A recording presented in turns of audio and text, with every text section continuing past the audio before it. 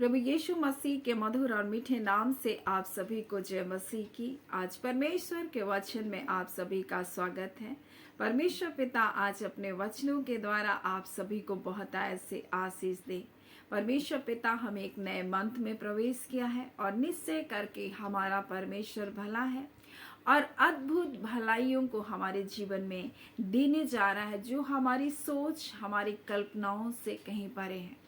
मेरे प्रियो, जितना हम सोच सकते हैं उससे कहीं बढ़कर परमेश्वर की योजना है और इस बात को आज हम परमेश्वर के वचन से सीखेंगे।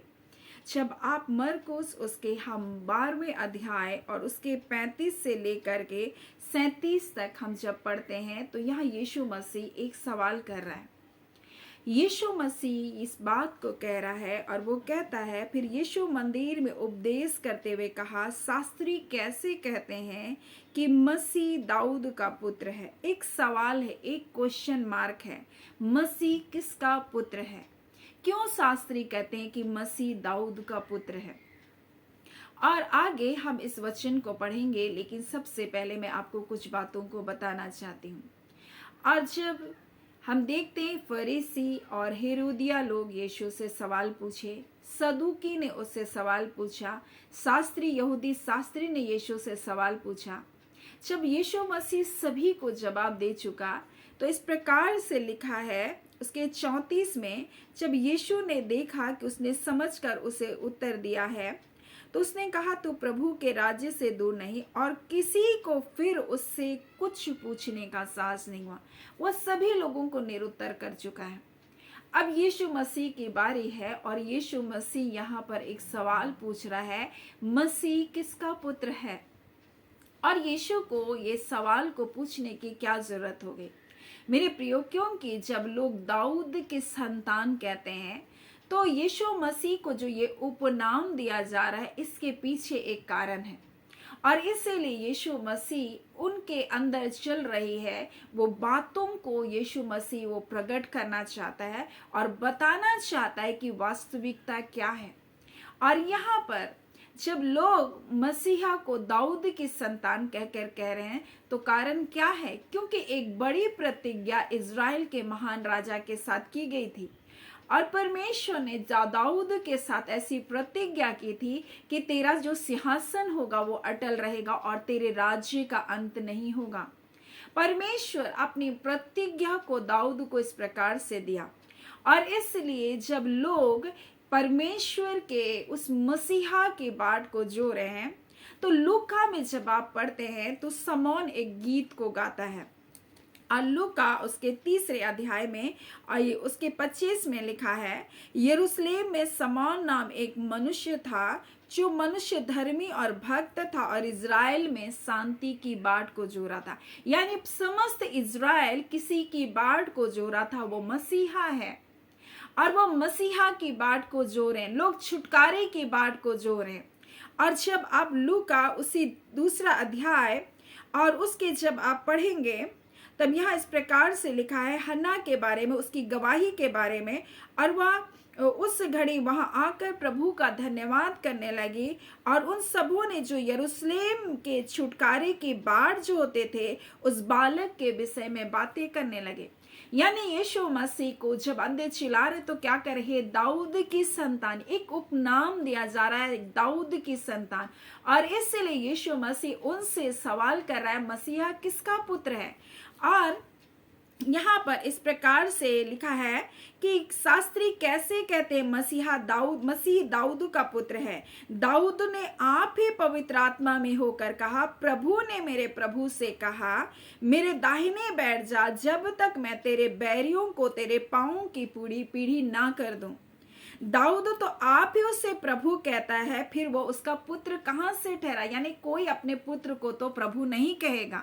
फिर ये क्यों कर ऐसा कहा? वो कहता है आत्मा में होकर के कहा। दाऊद ने आप ही पवित्र आत्मा में होकर के कहा था। इस बात को यीशु मसीह प्रकट कर रहा है और कह रहा है प्रभु ने मेरे प्रभु से कहा, और वो बता रहा है कि वो दाऊद का पुत्र नहीं है परंतु वो परमेश्वर का पुत्र है। और इसी बात को इतिहास में जब हम पढ़ते हैं पहला इतिहास में, और उसमें जब हम पढ़ेंगे 17वां अध्याय, तब यह इस प्रकार से उसके 13 में लिखा है, मैं उसका पिता ठहरूंगा और वो मेरा पुत्र ठहरेगा। परमेश्वर बोल रहा है, मैं उसका पिता ठहरूंगा, वो मेरा पुत्र ठहरेगा। जैसा मैंने अपनी करुणा उस पर से जो तुझसे पहले थी ना हटाई, वैसे ही उस पर से भी ना हटाऊंगा। यानी परमेश्वर यह स्पष्टीकरण को दे रहा है कि जैसे मैंने करुणा को तुझ पर से नहीं हटाई है, मैंने अपनी करुणा उस पर से जो तुझसे पहले था ना, तुझसे पहले था हटाई ना, वैसे ही मैं उस पर से भी ना हटाऊंगा बोल रहा है। मैंने जैसे तेरे पुत्र के ऊपर से अपनी करुणा को नहीं हटाया, वैसे ही मैं जो आने वाला है उस पर भी मैं अपनी करुणा को नहीं हटाऊंगा। वो मेरा पुत्र ठहरेगा, मैं उसका पिता ठहरूंगा, मैं उसको अपने घर का और अपने राज्य, मैं उसको अपने घर और अपने राज्य में सदैव स्थिर रखूंगा और उसकी राजगद्दी सदैव अटल रहेगी। ये यीशु मसीह के बारे में बोल रहा है। और इसलिए यीशु मसीह उनकी मानसिकता के ऊपर एक सवाल को, एक चुनौती को दे रहा है, और वो कह रहा है वो दाऊद का पुत्र कैसे होगा, मसीह किसका पुत्र है। और वो बता रहा है कि जब दाऊद ही आत्मा में होकर, पवित्र आत्मा में होकर प्रभु ने मेरे प्रभु से कहा, तो तुम क्यों कह रहे हो कि वो दाऊद का पुत्र होगा। और यहाँ पर यीशु मसीह एक स्पष्टीकरण को दे रहा है, क्योंकि समस्त इज़राइल छुटकारे की बाट को जो रहा है, और वो छुटकारे की बाट इसलिए जो रहा है क्योंकि वो रोमी शासन के अधीन है। लोग इज़राइल के छुटकारे की बाट को जो रहे, लोग यरूशलेम में छुटकारे की बाट को जो रहे, और यीशु मसीह उनको बताना चाह रहा है कि यीशु मसीह वो जो आने वाला है वो अनंतकालीन छुटकारे को लेकर आने वाला है। परंतु ये जो लोग थे, ये जो यहूदी लोग थे, ये सिर्फ इस संसार में, इस पृथ्वी के छुटकारे को बड़ा आंक रहे थे, और उस अनंतकालीन छुटकारा जो परमेश्वर देने वाला था उसको वो समझ नहीं पा रहे थे। और इसलिए यीशु मसीह उनको एक प्रश्न करता है, एक सवाल करता है। जब उनके सवाल का अंत हो जाता है, तब यीशु मसीह भी एक सवाल करता है और कहता, मसीह किसका पुत्र है। शास्त्री क्यों कर कहते हैं कि मसीहा दाऊद का पुत्र, एक क्वेश्चन मार्क है, जबकि वो दाऊद के लिखी हुई बातों में से वो भजन संहिता और उसके 110 के 1 को उठाकर वो बताता है कि उसी के वचन से लेकर उसको कहता है, प्रभु ने मेरे प्रभु से कहा, मेरे दाहिने बैठ जा, तब मैं तेरे बैरियों को तेरे पैरों की चौकी पीढ़ी कर दूंगा। दाऊद तो आप ही उसे प्रभु कहता है, फिर वो उसका पुत्र कहां से ठहरा। और वो बताना चाहता है कि यीशु मसीह वो है जो अनंतकालीन छुटकारे को देने के लिए आया। मेरे प्रियो, ये संदेश आज हमारे लिए क्या बातों को लेकर आया। कई बार परमेश्वर हमारे जीवन में महान, अद्भुत, बड़े, हमारी सोच से कहीं बड़े कार्य को करना चाहता है, लेकिन हम भी इन इजरायलियों की तरह हम सोचते हैं कि हमें सिर्फ रोमी शासन के अधीन से हमको छुड़ाए, लेकिन परमेश्वर की योजना कहीं हमारे जीवन में बड़ी है। और वैसे ही परमेश्वर हमारी कल्पना से कहीं बढ़कर हमारे जीवन में कार्य को कर रहा होता है। लेकिन हम सोचते हैं, प्रभु आप मेरे लिए ये कीजिए, क्यों नहीं कर रहे प्रभु, आपको तो ये करना चाहिए। और लोग इसी प्रकार से सोच रहे थे कि मसीहा हमको रोमी शासन के अधीनता से हमको छुटकारे को देगा, जिस प्रकार से दाऊद एक महान राजा था और किस प्रकार से उसने पालिस्ती गोलियत को मारा और किस प्रकार से बड़े साम्राज्यों को जीता और हमको शत्रु के वश से हमको छुड़ाया, उसी प्रकार से मसीहा भी आएगा और इस पृथ्वी में हमारे जय को लेकर आएगा।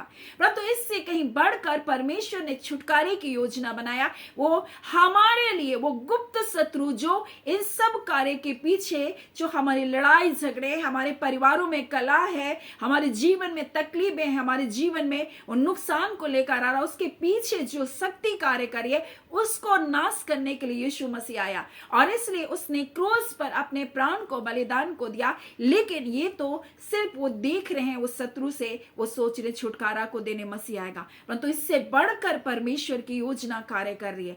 मेरे प्रिय, आज ये संदेश हमारे लिए, कई बार हम अपने जीवन में सोचते प्रभु ये कर दे, वो कर दे, हमारे लिए ऐसा कर दे। हम सोचते प्रभु घर बना दे हमारा, लेकिन प्रभु इस घर से बनाने से बढ़कर हमें चिरस्थायी घर के लिए परमेश्वर हमारे जीवन को तैयार कर रहा होता है।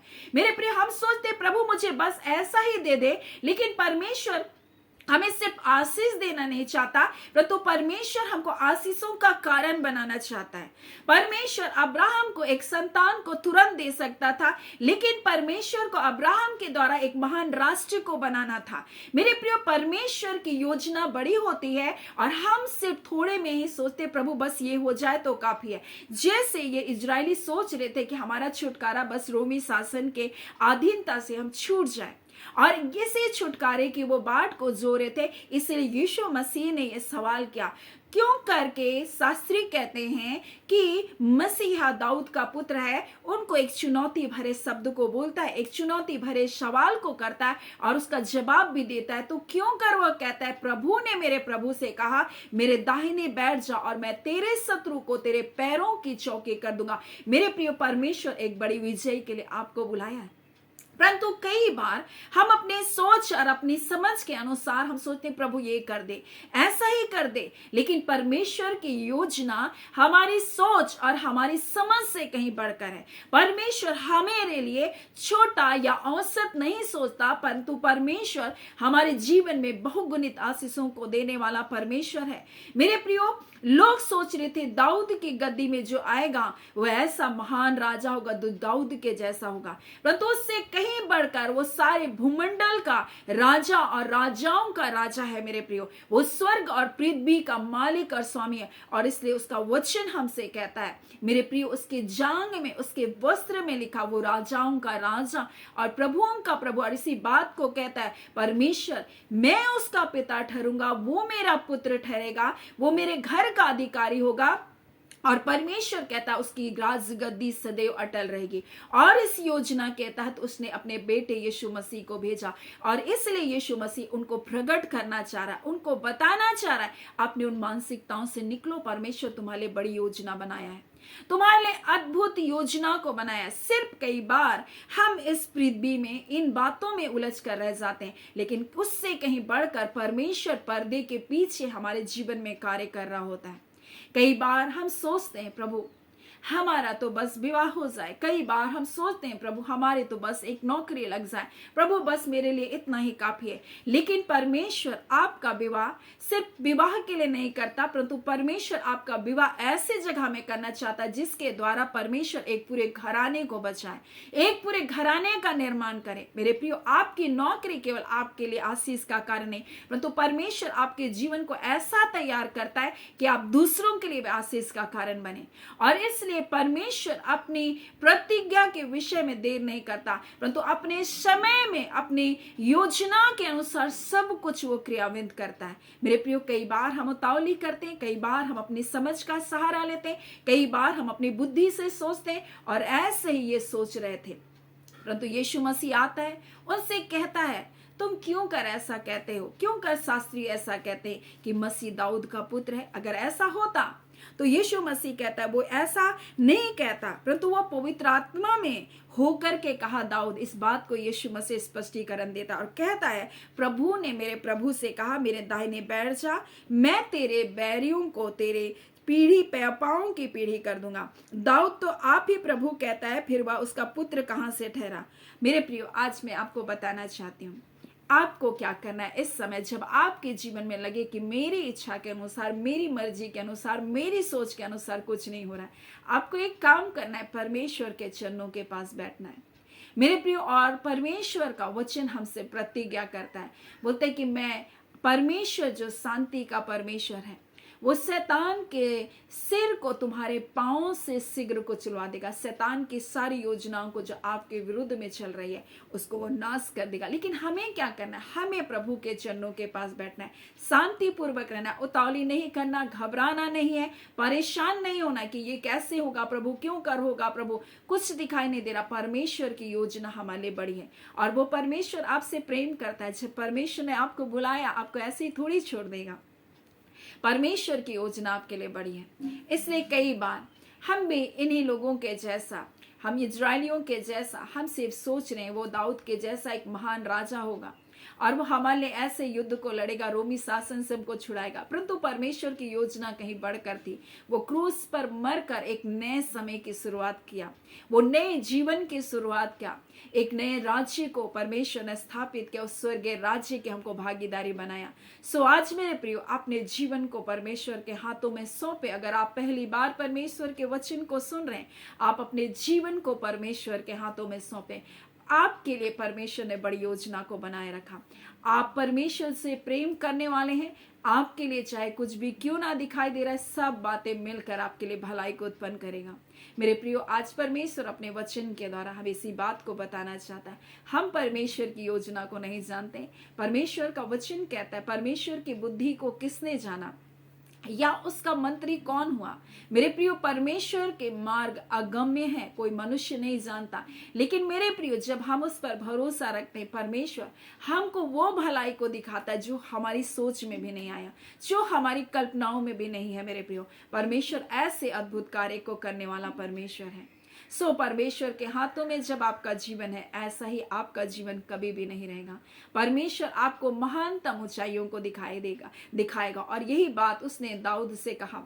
जब हम प्रतिज्ञाओं को थोड़ा सा देखेंगे, क्योंकि इस नए महीने परमेश्वर हमें इन प्रतिज्ञा वचन को देना चाहता है। जब हम देखेंगे पहला इतिहास उसका 17 अध्याय और उसके 8 में, तब परमेश्वर इस प्रकार से कहता है, जहां कहीं तू आया और गया, वहां मैं तेरे संग रहा और तेरे सब शत्रु को तेरे सामने से नष्ट किया। अब मैं तेरे नाम को पृथ्वी के बड़े बड़े लोगों के नामों के समान बड़ा कर दूंगा। परमेश्वर बोल रहा है, मैंने तुझे भेड़ चराने से लेकर के मैंने लेकर आया अपने पीछे। मैंने तुझे इज़राइल का प्रधान बनाया और जहां कहीं तू गया मैं तेरे संग रहा और मैं तेरे शत्रुओं को भी क्या किया, नष्ट किया। परंतु अब बोल रहा है, मैं तेरे नाम को क्या करूंगा, बड़ा करूंगा। वो परमेश्वर के लिए एक तंबू बनाना चाहता है। वो कहता है, मैं तो देवदार के घर में रहता हूँ, मेरा परमेश्वर तंबू में रहता है। तब परमेश्वर उसको ये अद्भुत प्रतिज्ञा को देता है जब वो परमेश्वर के बारे में सोचता है। उसी प्रकार मेरे प्रियो, जब हम परमेश्वर के कार्य के लिए, परमेश्वर की इच्छा को पूरा करने के बारे में जब हम सोचते हैं, तब परमेश्वर भी अपनी प्रतिज्ञा को, दाऊद के जैसा प्रतिज्ञा को हमारे जीवन में देता है। वो हमारे आगे से हमारे शत्रुओं को नाश करता है, हमारे नाम को बड़ा करता है। परमेश्वर कहता है, परमेश्वर आपको प्रधान बनाएगा, आपको पूंछ नहीं परंतु परमेश्वर आपको सिर बनाएगा। परमेश्वर ने एक अद्भुत प्रतिज्ञा दाऊद को दिया और कहा, तेरे वंश में राजा ही उत्पन्न होंगे, बोला, और तेरे राज्य गद्दी में विराजने वाला सदैव बना रहेगा। मेरे प्रियो, और उसी प्रकार से हम परमेश्वर के राजघराने के लोग हैं, हम राज्य पदधारी लोग हैं, हम याजकों का समाज है। सो परमेश्वर अपनी प्रतिज्ञा को आज हमारे लिए भी दिया है। परमेश्वर ने कहा, तुम पूंछ नहीं परंतु सिर बनोगे। परमेश्वर आपके लिए ऐसी ऐसी भलाइयों को रखा है जो आपकी कल्पना में भी नहीं होगा। लेकिन क्या हम परमेश्वर के मर्जी के अनुसार कार्य करें? क्या हम परमेश्वर के राज्य के लिए भलाई की बातों को सोच रहे, जैसे दाऊद सोच रहा था? आज हमें भी ऐसे ही सोचने की जरूरत है। और यीशु मसीह बता रहा है, मैं ही वो प्रभुओं का प्रभु हूँ। वो बता रहा है, मैं ही वो राजाओं का राजा हूँ। और जब हम यीशु मसीह पर विश्वास किए मेरे प्रियो, वो सारी आशीषें जो अब्राहम की आशीषें हैं, जो दाऊद को मिली है, वो आशीषें वो यीशु मसीह के द्वारा हम तक पहुंची। अब परमेश्वर हमें वो अनुग्रह को दिया है कि हम यीशु मसीह के द्वारा उन सारी भलाई को, आशीष को हम प्राप्त करने के लिए हम योग्य बनाए गए। मेरे प्रिय, हम योग्य नहीं थे कि हम उन आशीष, उन भलाई को पा सकते, परंतु यीशु मसीह के द्वारा हमें वो अनुग्रह, वो दया हम पर की गई है कि हम हर वो भलाई को, हर वो आशीष को इस संसार में हम प्राप्त करें, और ना सिर्फ इस संसार में परंतु एक अनंतकालीन जीवन में हम प्रवेश कर सके। सो परमेश्वर पिता इन वचनों के द्वारा आप सभी के जीवन को बहुत ऐसी आशीष को दे। आमीन। आइए हम प्रार्थना करेंगे। धन्यवाद देते हैं प्यारे पिता परमेश्वर, प्रभु यीशु मसीह के मधुर और मीठे नाम से अब्बा हम आपके पास आते हैं। सचमुच पिता परमेश्वर, आपकी योजनाएं अद्भुत थी प्रभु जी। इजरायली परमेश्वर सिर्फ रोमी शासन से छुटकारा चाहते थे, परंतु खुदान परमेश्वर आपने अनंतकालीन छुटकारे को दिया। प्रभु हम आपका धन्यवाद करते हैं। हर पाप से, हर श्राप के बंधनों से प्रभु आपने उन्हें आजाद किया, और ना सिर्फ उन्हें वरन हमें भी पिता परमेश्वर। अब कोई श्राप के बंधन हमारे जीवन में नहीं है, कोई बीमारियों के बंधन हमारे जीवन में कार्य नहीं नहीं कर सकते। कोई निर्बलता, कोई दुर्बलता, कोई फेलियर परमेश्वर, कोई निराशा, कोई हताशा, कोई बंधन, कोई बंधुआई हमारे जीवन पर राज्य नहीं कर सकता, वरन हम मसीह यीशु में जीवन से बढ़कर हैं। आपके एक एक प्रिय लोग जीवन से बढ़कर हैं प्रभु। कोई कार्य को शत्रु रोक नहीं सकता प्रभु। हाँ खुदान परमेश्वर प्रभु, क्योंकि आपका वचन कहता है जब परमेश्वर आप कार्य करना चाहेंगे आपको कोई रोक नहीं सकता। जिस दरवाजे को आपने खोला उसे कोई बंद नहीं कर सकता। आपने अपने बेटे यीशु मसीह के द्वारा प्रभु उस अनंतकालीन दरवाजे को अपने बच्चों के लिए खोल दिया। आपने विजय के दरवाजे को खोल दिया। आपने अपने लोगों को परमेश्वर प्रभु जिस मृत्यु के बंधनों से आजाद किया प्रभु जी, आपने अपने लोगों को अंधकार के वश से छुड़ा लिया प्रभु। आपका धन्यवाद खुदान परमेश्वर। इस नए महीने आपके बच्चे विजय में परमेश्वर चले नहीं पाए, आपके अनुग्रह को प्रभु, आपकी महानतम भलाइयों का वो आनंद लेने पाए खुदान परमेश्वर। जो कुछ आपने अपने बच्चों के लिए किया पिता, हाँ पिता, उससे वो अनजान ना रहने पाए। उन भलाई को, आशीषों को अपने जीवन में देखें। और खुदान परमेश्वर हम एक एक जनों को आपके सामर्थी हाथों में सौंपते हैं। ये पूरे महीने परमेश्वर प्रभु जी वो आपके हाथों के कार्य को देखते जाए प्रभु। जो कुछ आपने उनके लिए तैयार किया, जो छुटकारे के कार्य आपने अपने लोगों के लिए कर दिया प्रभु, उन कार्य को परमेश्वर अपने जीवन में वो देखने पाए और कहने पाए सचमुच यहोवा भला है और उसकी करुणा सदा, क्योंकि हमारा परमेश्वर आप भला है और अपनी भलाई से ही प्रभु जी अपने लोगों को आप तृप्त करते हैं। आपका धन्यवाद सामर्थी खुदान परमेश्वर। जितने लोग अपने प्रार्थना निवेदनों को आपके पास लेकर आए, आप उनके प्रार्थना विषय के ऊपर आप बड़ी जय को दे रहे हैं पिता। आपका धन्यवाद पिता परमेश्वर। कोई कोर्ट के बंधन प्रभु, कोई जेल खानों के बंधन आपके लोगों को बांध कर नहीं रख सकता। और खुदान परमेश्वर जितनों का परमेश्वर कोर्ट केस है इस महीने प्रभु आजाद किए जा रहे हैं। जितने लोग जेल खानों में अन्याय पूर्वक बंधे हैं प्रभु जी, हाँ पिता परमेश्वर, झूठे आरोपों में के बंधनों में बंधे प्रभु जी, खुदान अपने ग्रेस के द्वारा आप उन्हें निकाल बाहर कर रहे प्रभु। हम आपका धन्यवाद करते, आप ऐसा ही करने जा रहे प्रभु जी। इस नए मंथ परमेश्वर पिता आप ऐसे ही प्रभु जी अद्भुत कार्य को करने जा रहे हैं प्रभु, क्योंकि परमेश्वर पिता जब आपके लोग परमेश्वर आपके सन्मुख प्रार्थना करते हैं प्रभु जी, हाँ पिता परमेश्वर आपके सामने गिड़गिड़ाते हैं परमेश्वर, आपसे याचना करते हैं।